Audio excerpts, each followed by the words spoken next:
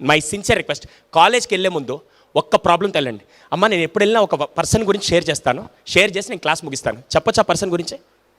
చెప్పొచ్చా? ఇంకో వ్యక్తి, ఎంతమంది ఇక్కడ రైతు ఫ్యామిలీ నుంచి ఉన్నారు? Very good. అయితే రైతన్నలకు బాగా తెలుసు. రైతన్నలకి నేను ఈ మధ్య వేరే ఎడ్యుకేషన్ ఫెయిర్లో కానీ వేరే క్లాస్లో కూడా నేను షేర్ చేస్తుంటాను. ఈ అబ్బాయి నాకు ఇన్స్పిరేషన్, జేడి లక్ష్మీనారాయణకి కూడా, సార్కి కూడా ఇన్స్పిరేషన్ ఆ అబ్బాయి. మీ అందరికీ టీవీలో కూడా చూసిన వాళ్ళకైతే ఆ అబ్బాయి గురించి తెలుసు. కానీ ఇక్కడ కూర్చున్న ప్రతి విద్యార్థికి నేను కనెక్ట్ చేస్తూ క్లోజ్ చేస్తాను. ఏం తెలుసా, రైతులకు ఒక పెద్ద సమస్య ఉంది. ఆ సమస్య ఏంటంటే, పొలంలోకి వెళ్ళి పిచికారీ కొట్టినప్పుడల్లా, పురుగుల మందు స్ప్రే చేస్తాం కదా, స్ప్రే చేసినప్పుడల్లా మనకు కూడా ముక్కులోకి వెళ్తుందా వెళ్దా? ఎంత మీరు గుడ్డగట్టుకున్నా ముక్కులోకి స్ప్రే వెళ్తుంది. వాళ్ళు ఒక రైతు వెళ్ళి పొలంలో స్ప్రే చేసి వచ్చి ఇంటికి వచ్చి డల్గా కూర్చొని బాగా ఊపిరి కూడా పీల్చుకోలేని పరిస్థితిలో దగ్గుతూ ఉన్నాడు. వెంటనే వాళ్ళ అబ్బాయి ఇంటర్మీడియట్ సెకండ్ ఇయర్ చదువుతున్నాడు, వాళ్ళు పూరి గుడిసెలో ఉంటారు. వాడు సైకిల్ వేసుకొని నేరుగా కాలేజ్ ఇంటికి వచ్చిన తర్వాత వాళ్ళ నాన్న డల్గా కూర్చున్నాడు. వీడు వచ్చి అడిగాడు, ఏమైంది నాన్న? ఎంత కష్టాలున్నా తండ్రి పిల్లలకు చెప్తాడా? చెప్పడు కదా. మనోడేం చేశాడు, బలవంతంగా డాడీ ఏమేమి చెప్పంటే, అప్పుడు బలవంతం అడిగేసరి చెప్పాడు, ఏం లేదురా పొలానికి వెళ్ళి పిచికారీ స్ప్రే చేస్తే అదంతా ముక్కులోకి వెళ్తుందంటే, వెంటనే వీడు ఒక సమస్య అర్థం చేసుకున్నాడు. ఆ సమస్య ఏంటంటే రైతుకి ఇది సమస్య అని చెప్పి అర్థం చేసుకున్నాడు. ప్రాబ్లం ఐడెంటిఫై చేశాడు. ఎంతమందికి అర్థమైంది ఇక్కడ దాకా? క్లియర్? ప్రాబ్లం ఐడెంటిఫై చేశాడు, కానీ సొల్యూషన్ తెలియదు, ఏం చేయాలో తెలియదు.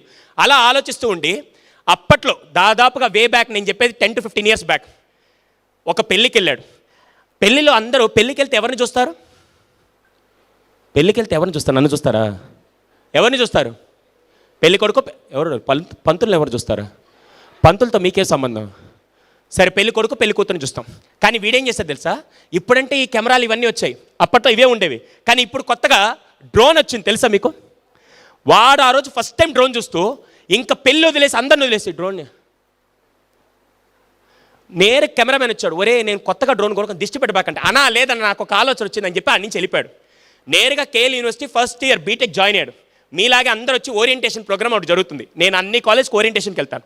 ఆ కాలేజ్లో వీడు వెళ్ళి నేరుగా ఫ్యాకల్టీ అందరూ ఉంటే, సార్ మీ కాలేజ్లో జాయిన్ అయింది నేను సర్టిఫికేట్ కోసం మాత్రం కాదు, నా దగ్గర ఒక సమస్య ఉంది, దానికి పరిష్కారం కావాలన్నాడు. వెంటనే అసలే టీచర్లకి బాగా ఆరాటపడే స్టూడెంట్స్ దొరికితే వదులుతారా? టీచర్లు వదులు. వాళ్ళకి దొరికిందే సందర్భం, మావా నువ్వు రా, నీకే ప్రాబ్లం నేను సాల్వ్ చేస్తాను. టీచర్లు అందరూ వాడిని బాగా బలంగా పట్టుకొని 3 సంవత్సరాలు ఇంటికి కూడా వెళ్ళా. 3 సంవత్సరాలు సమ్మర్ వెకేషన్లు కూడా అక్కడే ఉన్నాడు. 3 సంవత్సరాలు ఇంటికి వెళ్ళా. 3 సంవత్సరాల తర్వాత ఊరు వెళ్ళాడు. రాక ఊరు వెళ్తే మీరు ఎక్కడికి వెళ్తారు?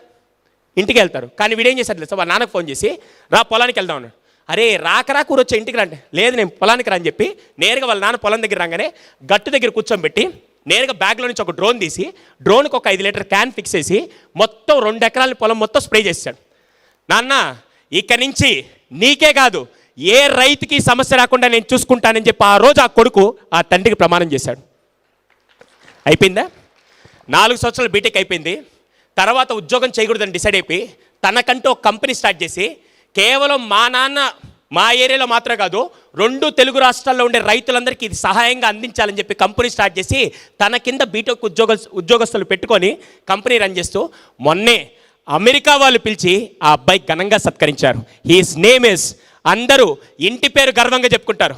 అతను ఏం చేశారు తెలుసా, నాకు ఇష్టమైన వృత్తి పేరుని ఇంటి పేరుగా మార్చుకుంటామని చెప్పి గోపీరాజా అనే పేరుని తీసేసి డ్రోన్ గోపీరాజాగా పేరు తెచ్చుకున్న ఆ అబ్బాయి నా ఇన్స్పిరేషన్, జేడీ సార్ కూడా ఇన్స్పిరేషన్ అండి. That's the beauty of his success story. అర్థమైందా?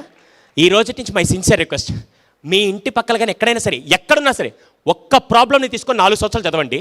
మీకు ఎడ్యుకేషన్ డిగ్రీ వస్తుందో లేదో తెలియదు, కానీ అంతకు మించి లైఫ్ అయితే వస్తుంది.